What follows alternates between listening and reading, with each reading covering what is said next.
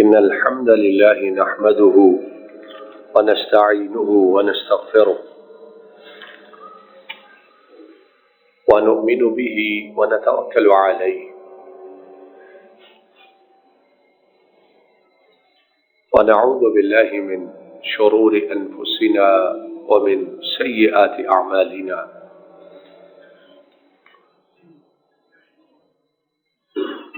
من يهده الله فلا مضل له ومن يضلل فلا هادي له وأشهد أن لا إله إلا الله وحده لا شريك له وأشهد أن محمدا عبده ورسوله صلى الله عليه وسلم. أما بعد فإن خير الحديث كتاب الله وخير الهدي هدي محمد صلى الله عليه وسلم وشر الأمور محدثاتها وكل محدثة بدعة وكل بدعة ضلالة وكل ضلالة في النار. اللهم صل على محمد وعلى آل محمد كما صليت على إبراهيم وعلى آل إبراهيم إنك حميد مجيد.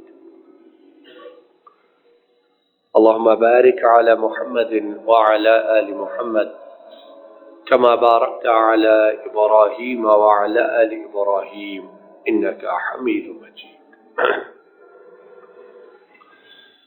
أعوذ بالله من الشيطان الرجيم. بسم الله الرحمن الرحيم. قل إن كنتم تحبون الله فاتبعوني يحببكم الله ويغفر لكم ذنوبكم والله غفور رحيم. خواتین و حضرات، پچھلے کچھ خطبات جمعۃ المبارک سے اللہ رب العالمین کی توفیق سے بات یہ کر رہی ہیں کہ ہم لوگ نبی کریم صلی اللہ علیہ وسلم آپ سے محبت کا دعویٰ، آپ سے تعلق کا دعویٰ، آپ کے ساتھ ہماری شیفتگی، ہماری محبت، ہم دن میں کتنی ہی بار اس کا اظہار، اعلان، اقرار کرتے ہیں، اور جب ربیع الاول کا مہینہ آتا ہے تو اپنی طرف سے ہم نے جو 12 تاریخ بنا رکھی ہے، اپنی طرف سے تاریخ، سیرت، تفسیر سے 12 یوم پیدائش آپ کا ثابت شدہ حقیقت نہیں ہے، بلکہ زیادہ علماء اس طرف گئے ہیں کہ 12 کو آپ کی وفات ہوئی، 12 کو آپ اس دنیا سے رخصت ہو گئے، اور بغیر تحقیق کیے، بغیر اچھی طرح دیکھ بھال کے، سنی سنائی باتوں پر عمل کرتے ہوئے 12 کو یوم پیدائش حتمی طور پر سمجھا جاتا ہے، جو کہ صحیح نہیں بلکہ غلط ہے۔ اور اس ایک مہینے میں بزعم خود اپنی سوچ کے مطابق محبت کے اظہار کے لیے مختلف طریقے اختیار کیے جاتے ہیں، اور پھر سارا سال انہی کی بنیاد پر اطمینان سے آپ کی اطاعت کو اسلام کے واجبات کو، ارکان کو چھوڑ دیا جاتا ہے کہ ہم نے ایک مہینے میں محبت ثابت کر دی ہے، اب کسی اور چیز کی ضرورت نہیں، بقیہ مہینے ہماری دنیا کے لیے۔ حالانکہ محبت اصل نام اس کا ہے کہ جس سے محبت کرتے ہو، جو عمل وہ کرتا ہے تم بھی وہ عمل کرو، جو چیز اسے پیاری ہے وہ تمہیں پیاری ہونی چاہیے، جس چیز سے انہیں نفرت ہے اس سے تمہیں بولیے۔ یہ بڑا مشکل ہے، یہ بڑا نہیں ہوندا جی۔ محبت بڑی ہے لیکن جن چیزوں سے انہیں نفرت ہے ان سے نفرت زندگی گزارنا مشکل ہے۔ پھر برادری، شہر، بستی، کنبے، خاندان والے وہ کہیں گے پتہ نہیں کہاں سے آ گیا ہے، وہ مشکل ہے، لیکن محبت بڑی ہے۔ جس چیز سے انہیں نفرت ہے ان چیزوں کی محبت ہمارے دلوں میں بدرجہ اتم موجود ہے، ہمارے دلوں کو اپنے قابو میں لے چکی ہے، اور وہ کام، وہ گناہ، وہ ناپسندیدہ بات ہم لوگ علی الاعلان دن رات مرد و خواتین کرتے ہیں، اور پھر کہتے ہیں کہ ہماری محبت پر کوئی انگلی نہ اٹھائے۔ کیا سمجھ رکھا ہے؟ اور یہ جو باہر بے وقوف اور احمق لوگ کبھی شان رسول میں گستاخی کرتے ہیں، کبھی حرمت رسول اس پر انگلی اٹھاتے ہیں، کبھی آپ کی ذات مقدس، ذات اطہر، ذات مطہر پر حملے کرتے ہیں، کبھی قرآن کریم کی معاذ اللہ بے حرمتی کی جاتی ہے۔ میں اور آپ یاد رکھیں اس کا ایک سبب ہم خود ہیں، اس کا ایک سبب بولیے، یہ ماننے کو ہم تیار نہیں ہیں۔ ٹائر جلائیں گے، احتجاج کریں گے، نعرے لگائیں گے، خوب گلے پھاڑ کر چیخیں گے اور سمجھیں گے ہم نے حق ادا کر دیا، بات ختم ہو گئی ہے۔ حقوق قرآن کے، حقوق اللہ کے رسول کے اس طرح پورے ہو جاتے ہیں۔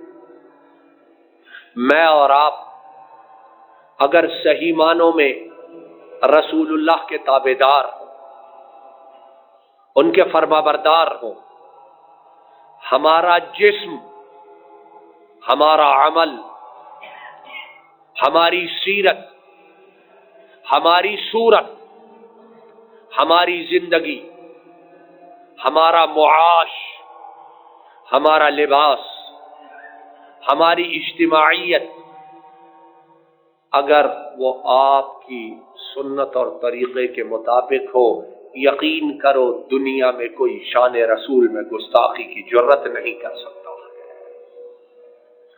اگر ہم قرآن کریم کو پڑھنے والے ہوں، اس پر عمل کرنے والے ہوں، اس کی دعوت دینے والے ہوں، اور اسے زندگی میں ہر مقام پر، ہر عمل میں سب سے آگے رکھنے والے ہوں، کوئی مائی کا لال قرآن کریم کو جلانے کی جرت نہیں کر سکتا۔ یہ ہمارے کرتوت ہیں جن کا نتیجہ ہم اپنی آنکھوں کے سامنے دیکھتے ہیں، اور نعرہ بازی کے بعد، بیانات کے بعد، سٹیٹمنٹس دینے کے بعد مطمئن ہو جاتے ہیں کہ ہم نے جو اس موقع پر بڑا کچھ کیا تھا، ہم محب قرآن، محب رسول، محب اسلام ہیں۔ قُلْ إِن كُنتُمْ تُحِبُّونَ اللَّهَ، عرش والا قاعدہ قانون بتلاتا ہے۔ میں اور آپ کئی مرتبہ ان آیات کو سن چکے ہیں، لیکن افسوس کہ ابھی تک عمل کی توفیق بہت تھوڑوں کو ملی ہے۔ مولا کریم آج سننے کے بعد مسجد سے نکلنے سے پہلے ہمیں اس آیت پر زندگی بھر عمل کی توفیق عطا فرما۔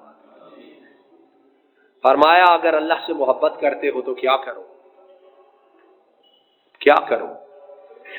نعرے لگاؤ، جلوس نکالو، بد تہذیبی کا مظاہرہ کرو،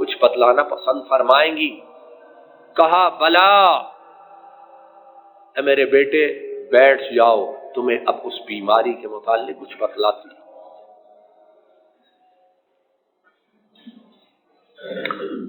کہتی ہیں نبی کریم صلی اللہ علیہ وسلم بیمار ہوئے اور آپ کی بیماری بڑی شدید تھی، آپ کی مرض، آپ کی تکلیف بڑی سخت تھی۔ کہتی ہیں نبی کریم صلی اللہ علیہ وسلم جب بیمار ہوئے تو آپ نے پوچھا اصل الناس، صحیح بخاری کی ثابت شدہ روایت ہے، اصل الناس، آپ نے شدید بیماری کے عالم میں جو پہلا سوال کیا وہ یہ پوچھا کیا لوگوں نے نماز پڑھ لی ہے؟ آپ اس دنیا میں رہتے تھے کہ نہ رہتے تھے؟ بولو اللہ کے بندو جواب دو، بشر انسان تھے کہ نہ تھے؟ ضروریات، حاجات، تعلقات تھے کہ نہ تھے؟ ذمہ داریاں تھیں کہ نہ تھیں؟ محبتیں تھیں کہ نہ تھیں؟ رشتہ داریاں تھیں کہ نہ تھیں؟ بیٹی فاطمہ نور نظر تھی، حسن و حسین دونوں لخت جگر تھے، علی مرتضی داماد تھے، ابو بکر عمر آپ کی آنکھیں، آپ کے کان، آپ کے ہاتھ تھے، لیکن کسی کے متعلق کچھ کہا اصل الناس، مجھے بتاؤ لوگوں نے نماز پڑھی ہے کہ نہیں پڑھی ہے؟ جس رب سے تعلق قائم کرنے کے لیے مجھے اس مالک نے بھیجا ہے، اس سے تعلق کا وقت آ چکا ہے، لوگوں نے سجدہ اور قیام کیا ہے کہ نہیں کیا؟ حضرت عائشہ وہ کہتی ہم نے عرض کیا لا ہم ینتظرونک یا رسول اللہ صلی اللہ علیہ وسلم، اللہ کے رسول نہیں، وہ آپ کا انتظار کر رہے ہیں، بیٹھے ہیں مسجد نبوی میں موجود ہیں، انتظار کر رہے ہیں اللہ کا رسول آئے، مصلی امامت پر کھڑا ہو اور ہم ان کی اقتداء میں نماز ادا کریں۔ اب بیماری کتنی ہے، تکلیف کتنی ہے، آپ صلی اللہ علیہ وسلم اٹھنے کی طاقت نہیں رکھتے ہیں، اور یہ بات یاد رکھیے نبی کریم صلی اللہ علیہ وسلم اپنی طاقت میں، اپنی قوت میں، اپنی صحت میں، اپنے جسمانی قوا میں، انسانیت میں سب سے اعلیٰ، سب سے برتر، سب سے مضبوط، آپ اٹھنے کی طاقت نہیں رکھتے۔ فرمایا ضعوا لی ماء فی المخضب، عائشہ میرے لیے ایک بڑے برتن میں پانی رکھو، میرے لیے ایک بڑے برتن میں پانی ڈالو، ففعلنا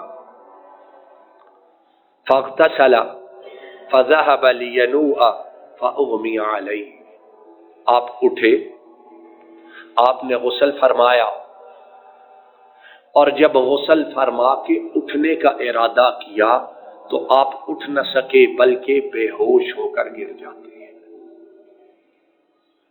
ایسے نہیں گرے، بے ہوش ہو کر گر جاتے ہیں۔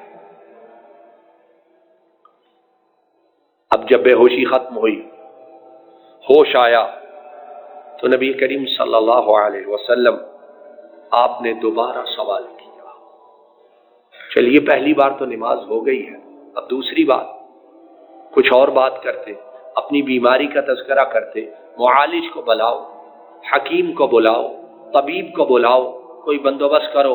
فرمایا صلی الناس، عائشہ لوگوں نے نماز پڑھی ہے یا نہیں پڑھی ہے؟ ابھی عرض کیا قلنا لا یا رسول اللہ صلی اللہ علیہ وسلم ہم ینتظرونک، اللہ کے رسول صلی اللہ علیہ وسلم نہیں، وہ آپ کا انتظار کر رہے ہیں، کسی میں اتنی جرت نہیں ہے کہ آپ کے مصلی پر آ کے آگے خود کھڑا ہو جائے، آپ کا انتظار کر رہے ہیں۔ نبی کریم صلی اللہ علیہ وسلم نے دوسری بار ارشاد فرمایا دعونی ماء فی المخطب، عائشہ میرے لیے بڑے برتن میں پانی رکھو، پانی ڈالو۔ فقعد فاغتسل ثم ذهب لينوء فاغمي عليه، آپ پھر بیٹھے۔ اب روایت سے معلوم ہوتا ہے کہ اب کھڑے ہونے کی بھی ہمت نہیں ہے، بیٹھ کے غسل کیا، پھر اٹھنے کی کوشش کی، دوبارہ گرے اور بے ہوش ہو گئے۔ یہ کتنی بار ہے؟ بولیے کتنی بار ہے؟ دوسری بار ہے۔ ہوش آیا تو فرمایا اصل الناس، کہاں ہے مسلمان، کہاں ہے ایماندار، کہاں ہے متقی، کہاں ہے عاشق رسول، کہاں ہے اسلام سے محبت کے دعوے دار، کہاں ہے گلے پھاڑ کے نعرے لگانے والے، کہاں ہے مظاہرے کرنے والے کہ نمازیں ان کو ضائع پہ ضائع کیے جاتے ہیں، اور پھر بھی دعویٰ یہ ہے کہ ہم سے پکا مسلمان، ہم نے حق ادا کر دیا ہے، حرمت قرآن کا، حرمت رسول کا۔ جب تک محبت کے ساتھ عمل نہیں ہے، جب تک دعوے کے ساتھ عمل نہیں ہے، بتاؤ اس دعوے کا کیا فائدہ ہوگا؟ اصل الناس۔ پھر پوچھا لوگوں نے نماز پڑھ لی ہے؟ قلنا لا هم ينتظرونك يا رسول الله صلی اللہ علیہ وسلم، فقال ضعوا لي ماء في المخضب، جواب دیا وہ آپ کا انتظار کر رہے ہیں، فرمایا بڑے برتن میں پھر پانی رکھو۔ یہ کتنی بار ہے؟ تیسری بار ہے۔ کتنی بار ہے بولو؟ ہم میں بڑے لوگ اپنے آپ کو بڑا عقل مند سمجھتے ہیں، دو چار حرف پڑھ گئے ہیں، کچھ پیسہ آ گیا ہے، دنیا میں کچھ آسانی تیسیر اللہ نے کر دی ہے، وہ کہتے ہیں اسلام وہ نہیں جو ممبر پہ بیان کیا جاتا ہے، اسلام وہ ہے جو ہمیں سمجھ آیا ہے کہ نہیں؟ ایسی بات، اسلام وہ ہے جو ہمیں سمجھ آیا ہے۔ ان بیچاروں کو کیا پتا ہو، پتہ نہیں کیا سمجھاتے رہتے ہیں ہمیں۔ جو ہمیں سمجھ آیا، جو ہمیں پسند ہے وہی اسلام ہے، جو ہمارا جی چاہے کرے، ہم پکے مسلمان ہیں۔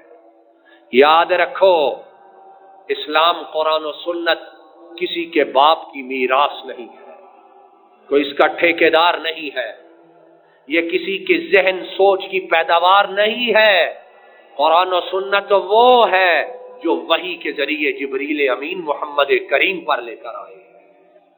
جس نے قرآن سمجھنا، جس نے سنت سمجھنی ہے، وہ اس کو سمجھے جو آسمان سے آئی تھی، اپنے ذہن اور دماغ کو دنیا کے لیے پیچھے کر دے۔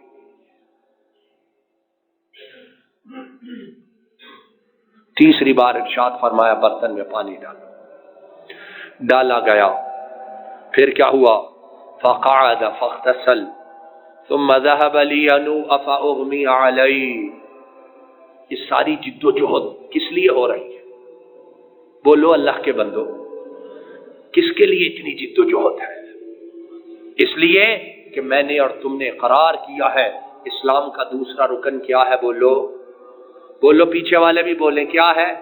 مانتے ہیں نا سارے، لیکن کیا اس کا 100واں حصہ محنت کا ہم نماز کو جماعت کے ساتھ ادا کرنے کے لیے کرتے ہیں؟ اگر آدمی دوسری بار نکلنا بھی چاہے تو گھر والی بی بی خاتون کہتی ہے بیٹھ جاؤ، زیادہ ہی نماز کا شوق تمہیں آ گیا ہے، گھر میں ادا کر لو، سارے دن کے تھکے ہو، صبح پھر جانا ہے، ذمہ داریاں ہیں، اتنی بارش، اتنی ٹھنڈ، اتنی سردی، کہاں نکلو گے؟ ٹھیک ہے یہیں ادا کر۔ اور وہ بھی خوش ہو جاتا ہے کہ مجھے فتویٰ باقاعدہ فتویٰ کمیٹی کی طرف سے مل گیا ہے، وہیں مصلی ڈالا، ادا کر لی، بات ختم ہو گئی۔ کہتے ہیں میری بیوی بڑا خیال رکھنے والی ہے، ام المؤمنین عائشہ، ان جیسی بیوی کسی اور کی ہوگی؟ کسی اور کو ایسی پاکیزہ طاہرہ مطہرہ زوجہ اللہ کے حکم سے ملی؟ فرماتی ہیں تیسری بار پانی ڈالا، آپ بیٹھے، غسل کیا، اٹھنے کا ارادہ کیا، پھر بے ہوش ہو کر گر جاتے ہیں۔ 3 بار ہو گئے، پھر ہوش آیا تو ارشاد فرمایا اصلی الناس، چوتھی بار کہا لوگوں نے نماز پڑھ لی۔ عرض کیا اللہ کے رسول صلی اللہ علیہ وسلم وہ آپ کا انتظار کر رہے ہیں مسجد میں، اور پھر خود ہی فرماتی ہیں والناس عکوف فی المسجد ينتظرون رسول اللہ صلی اللہ علیہ وسلم لصلاة العشاء الآخر۔ لوگ بڑی تعداد میں مسجد نبوی میں اکٹھے ہیں،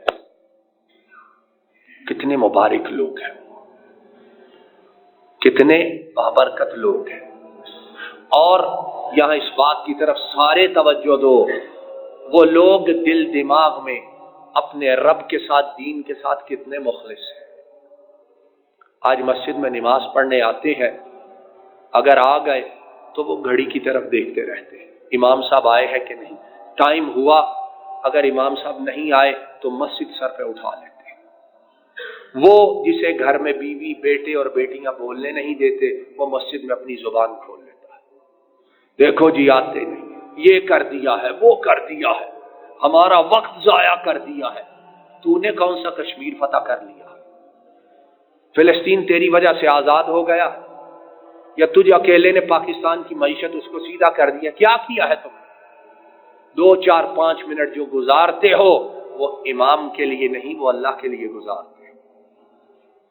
امام کو خوش کرنے آئے ہو، رب کی رضا کے لیے آئے ہو، صبر نہیں کر سکتے؟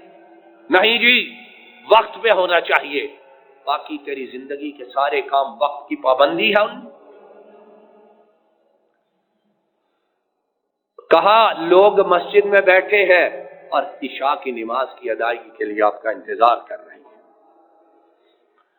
نبی کریم صلی اللہ علیہ وسلم آپ نے ارشاد فرمایا جاؤ اس کو حکم دو وہ میرے مصلی امامت پر کھڑا ہو جو میرے بعد انبیاء اور رسولوں کے بعد عرش والے کو سب سے زیادہ پیارا ہے، جو انبیاء اور رسولوں کے بعد کائنات نے اس جیسا چہرہ دیکھا نہیں۔ ابو بکر کو پیغام بھجواؤ کہ ابو بکر محمد کے مصلی امامت پر کھڑے ہو اور لوگوں کی جماعت کرواؤ۔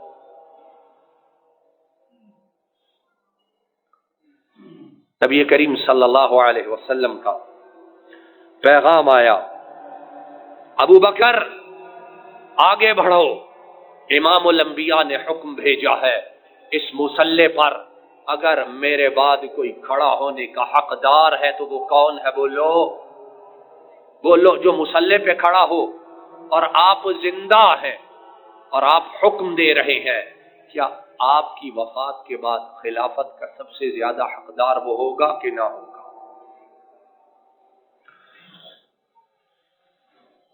آنے والے نے کہا ابو بکر آگے بڑھیے اور جماعت کروائیے۔ ابو بکر وَكَانَ رَجُلًا رَقِيقًا، ابو بکر اس امت میں سب سے زیادہ اللہ کے رسول کے بعد نرم دل رکھنے والے، شفقت اور محبت کرنے والے۔ انہوں نے کہا عمر ابن الخطاب آپ آگے آئیے، آپ جماعت کروائیے، اور وجہ یہ ہے کہ میں اگر مصلی پہ کھڑا ہو گیا تو مجھے ڈر ہے میں شدت غم کی وجہ سے نماز صحیح طرح پڑھا نہیں سکوں گا۔ عمر ابن الخطاب رضی اللہ تعالی عنہ، عمر کون عمر؟ اگر عمر کی صفات، عمر کے فضائل بیان کیے جائیں، دن اور ہفتے گزر جائیں، اللہ نے اس جیسا انسان ایک ہی بنایا۔ عمر ابن الخطاب انہوں نے کہا ابو بکر، جب تک ابو بکر زندہ ہے عمر ابو بکر سے آگے بڑھنے کی جرت نہیں کر سکتا ہے۔ اس مصلی پر ابو بکر تم ہی کھڑے ہوگے، عمر تمہاری امامت میں تمہارا مقتدی بن کر نماز ادا کرے گا۔ ابو بکر صدیق آگے آئے، انہوں نے نماز کروائی، اور جب تک نبی کریم صلی اللہ علیہ وسلم بیمار رہے ابو بکر آپ کے حکم سے امامت کرتے رہے۔ اب آگے سنیے، کچھ دن گزرے، نبی کریم صلی اللہ علیہ وسلم کو افاقہ ہوا، طبیعت ٹھیک ہوئی، طبیعت میں کچھ بہتری آئی. کتنی بہتری آئی؟ اب ام المؤمنین عائشہ فرماتی ہیں ایک دن آپ نے محسوس کیا طبیعت میں بہتری ہے، نماز کے لیے اٹھ کھڑے ہوئے، روانہ ہوئے. اور روانگی کا عالم یہ ہے فخرج بین رجلین احدهما العباس لصلاة الظہر وابو بکر یصلی بالناس. آپ اٹھے، نماز کے لیے روانہ ہوئے، لیکن اٹھنے کی ہمت آج بھی جو پیر ہے، قدم ہے، ٹانگیں ہے، وہ جسم کا بوجھ نہیں اٹھا سکتی. دو آدمی آئے، ایک دائیں طرف ایک بائیں طرف. دائیں طرف بھی آپ نے اپنا دست مبارک رکھا، بائیں طرف بھی آپ نے اپنا دست مبارک رکھا، اور اس حالت میں آپ نماز ظہر کے لیے روانہ ہوئے. اور امام بخاری ہی ایک دوسری روایت میں بیان کرتے ہیں، حضرت عائشہ فرماتی ہیں جب آپ نماز کے لیے نکل رہے تھے تو میں دیکھ رہی تھی اپنی آنکھوں سے کہ آپ کے قدم مبارک زمین پر گھسٹ رہے تھے. قدم، ان جیسے قدم دنیا میں کسی اور کے ہے، اور ان جیسے بابرکت پیر مخلوق میں کسی اور کے ہے؟ وہ قدم مبارک گھسٹ رہے ہیں اور ان کی وجہ سے زمین پر لکیریں کھینچی جا رہی ہیں. اسی حالت میں آپ گئے نماز کے لیے. ابو بکر نماز پڑھا رہے تھے، آپ تشریف لے گئے اور ابو بکر کے ساتھ مصلی پر زمین پر بیٹھ گئے. اب ابو بکر نے پیچھے ہونا چاہا، آپ نے اشارہ کیا ان مکانک، ابو بکر یہاں کھڑے رہو، تم نے پیچھے. یہ دنیا والوں کو پیغام تھا کہ میرے بعد تمہارا امام، تمہارا خلیفہ کون ہوگا؟ بولو، ابو بکر ہوگا. تو ابو بکر وہ آپ کی امامت میں نماز ادا کر رہے اور پیچھے والے ابو بکر کی امامت میں نماز ادا کر رہے. وآخر دعوانا ان الحمد للہ رب العالمین. ان الحمد للہ نحمده ونستعینه ونستغفره ونؤمن به ونتوکل علیہ ونعوذ بالله من شرور أنفسنا ومن سيئات أعمالنا.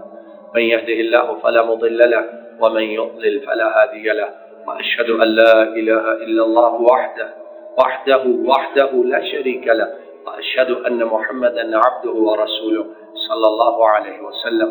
إن الله وملائكته يصلون على النبي يا أيها الذين آمنوا صلوا عليه وسلموا تسليما.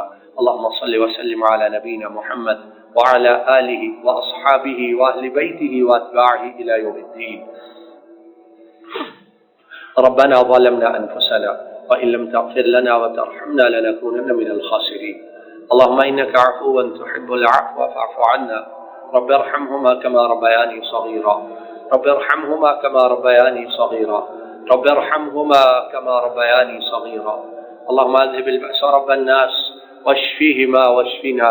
أنت الشافي لا شفاء إلا شفاؤك، شفاء لا يغادر سقما. اللهم أحسن عاقبتنا في الأمور كلها وأجرنا من خزي الدنيا وعذاب الآخرة. ربنا هب لنا من أزواجنا وذرياتنا قرة أعين واجعلنا للمتقين إماما. اللهم انصر الإسلام والمسلمين وأذل الشرك والمشركين ودمر أعداءك أعداء الدين وانصر عبادك الموحدين. ربنا آتنا في الدنيا حسنة وفي الآخرة حسنة وقنا عذاب النار.